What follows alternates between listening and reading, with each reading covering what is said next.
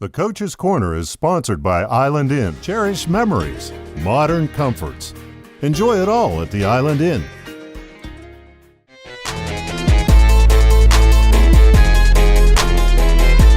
Welcome back to Big Dream Sports. I'm Coach Dixon, along with Cousar, new member of the Big Dream Sports team. How are you today? Doing great, man. Doing great. For the Big Dream Sports family, we would like to, just talk about yourself a little bit, before we get started. Yeah, my name's Cousar. I born and raised in Columbus, Ohio. Proud to say I'm an Ohio State Buckeye. I have a wife and two kids. Proud to be here in Florida. And one of my oldest son, he plays middle linebacker for Estero High School. So I'm excited to be a part of the Big Dream Sports family and love what you guys are doing around here. Happy to be here. Well, our topic today is the Final Four. We want to give our opinion. I'm coming from a coaching standpoint, and Carl is coming from a fan. What do you think about the Final Four? I think they got the right four. I really do. I know that obviously I'm an unashamed Ohio State fan, so there's a lot of people out there that think that maybe we shouldn't be there. But I happen to think that they got the right four. I think Bama was obviously a lock. Clemson being 2. I think we still should be 2, but that game is going to be the same either way, and I think Washington earned the right to be there. Well, as a coach, if I'm the head coach of Penn State, I got a problem.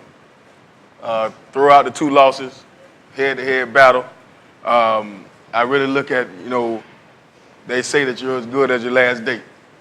Ohio State beat some big top-ranked opponents early in the season, but 2 of them, they're not ranked anymore.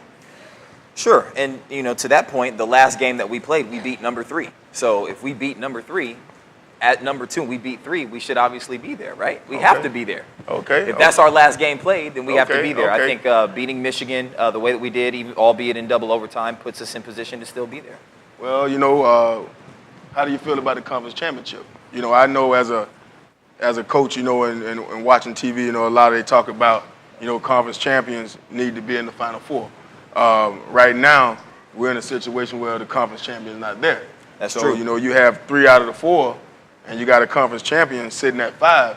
So they're worthy of being number 5, but they're not, they can't get in. That's very true. From an Ohio State team. Like I said, I know that you're a fan, yes. So it's double trouble here. Yes. But, what do you think about the conference Even championship? if I weren't a fan of Ohio State, I would still say that they deserve to be there based on their resume.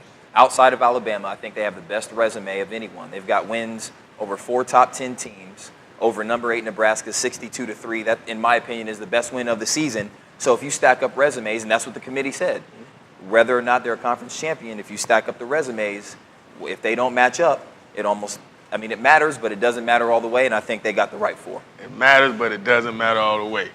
That's the committee's words, not mine. Power 5. Not in the top 25. We can go anywhere with that. So our next thing is Clemson. Clemson has struggled lately. Yes, they have.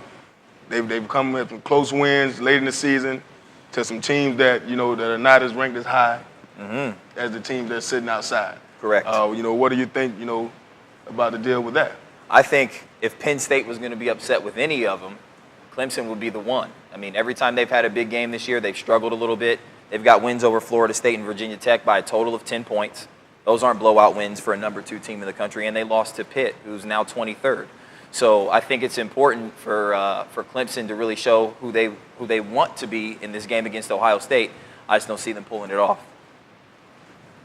Well, I can't argue with that. I can't argue with that. In Washington, their thing is, they haven't played a lot of top-ranked teams, and the ones that they played, that they struggle, but they're a conference champion. Yes, they are. And their wins were all impressive.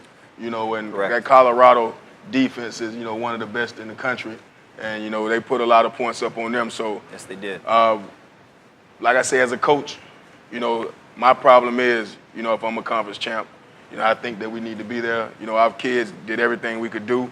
We didn't make the schedule. The conference make the schedule, and we got to play who's in front of us. So, from a coaching standpoint, I'm bitter. I'm bitter, but, at the end of the day, I guess we got to deal with it now because the cake is baked. And speaking of Clemson, what do you feel about Dabo Swinney announcing 4 of his juniors are going to the NFL draft 2 months before the season's over? Well, I think that, my opinion people probably they're gonna have something to say, but we're worried about a national championship right now. Should be. I'm worried about being number one, not number two. You know, we've had the chance to be number two, and that's not a great feeling. You know, when the confetti and everything comes down and we got to watch these guys go over and put the trophy in there, I don't like that. Yeah. You know, now on the other hand, I have never been in that situation except once. And when it happened to me, it was rough. You know, it was cold and it was a long night and we had to leave. So now we're going to come and make an announcement to put the attention on something else. Mm-hmm. You know, and as a coach, me watching the next game after they make the announcement, they struggled. Yes, they did. You know, they struggled. Yes, they did. You know, and we got two guys.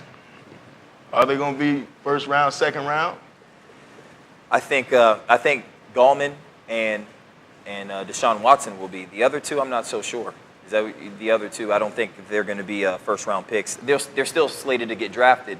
But as a fan, from a fan's perspective, if my head coach, if I'm a Clemson fan and my head coach announces 2 months before everything is supposed to go down that he's got 4 kids that are leaving, that to me spells disaster because he's obviously not focused on what he should be focused on, which is winning football games. Mm-hmm. Now, in terms of building a program for the future, obviously that's a great thing for him to do because that gives him a huge bargaining chip and leverage from a recruiting perspective. He can walk in somebody's living room and say, hey, not only am I going to get you to the next level, but we're going to celebrate you getting to the next level. That's powerful for kids, but I don't think he's focused on the things that he should be focused on if he's making announcements about NFL draft status 2 months before the end of the season. I don't like it. Yeah, well, my thing is, you know, when I look at it, if you're going to go that route, if you want to use it for recruiting, go ahead and put it out there like Calipari.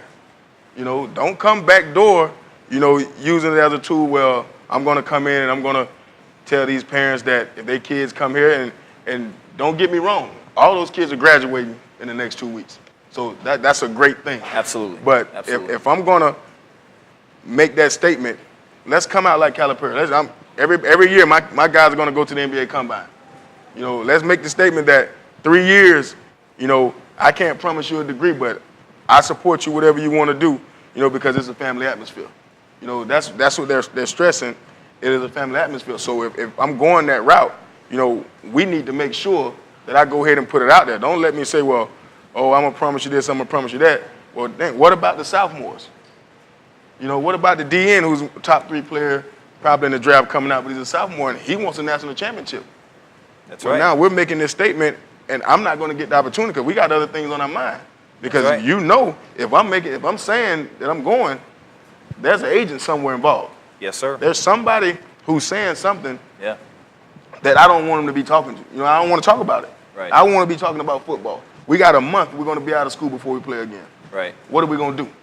Right. You know, the other thing is I think the Williams kid might be the best receiver in the draft. I don't know. You know, I know they're going to have to check out his neck and everything, but Sure. I think he might be the best receiver in the draft. But from a coach's standpoint, you know, I want to make sure that my team is focused. Which kind of coach would you rather have your son play for? Somebody who puts it out there like that or who stays focused on football throughout the entire season and lets those chips fall where they may later on? I want Nick Saban. Don't we all? I want Nick Saban. We all want Nick Saban. Listen. I'll take Urban Meyer personally. I was rooting yesterday. You know, I wanted Florida, you know, to give somebody some type of edge to where they can go and upset them. But I want a guy that know I'm coming in. You know, last year they had a DN, you know, first round projection. You know, he comes back to school. You know, could be a millionaire. You know, and the thing about it is, you know, for people that don't know, the universities usually come back and pay for their education anyway if they don't get it. Sure. But I want Nick Saban.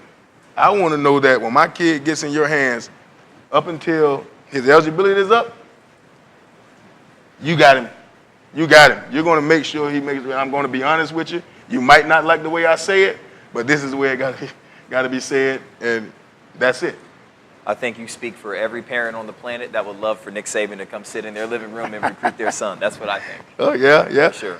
Yeah, but at the end of the day, you know, the kids got to make their own decision. Yep. Them with their families, and but I just, you know, it was one of those things that I felt that needed to be talked about. Absolutely. Because if we come back and we lose in the first round, to a pretty good Ohio State team. And you look unfocused. And you look unfocused. Could be a problem. You know, yesterday they came out strong, but, you know, Virginia Tech made it a close game at the end. But, you know, I really want, you know, with coaching kids and, you know, having a son, you know, whether he goes to Ave Marie, Florida Gulf Coast, or Florida Southwest, you know, the guy that comes in my living room, I want to know that he's going to be focused on what's best for the team, and my son got to put forth what he need to do. Absolutely. And don't get me wrong, I think all those kids are great kids, but I just think, you know, if I'm making $5 million a year, I'm about the university. You know, I'm going to take care of the kids, and I'm going to make sure the university is proud. And right now, Clemson know how it feels to be number 2. Yeah, they do. That's a tough feeling. Yeah, it is. Absolutely. You know, so we need to be focused on being number 1. Absolutely. Agreed, 100%. Now, thanks again for having your Big Dream Sports. Coach Dixon, Carl, see you next week. Thanks, guys.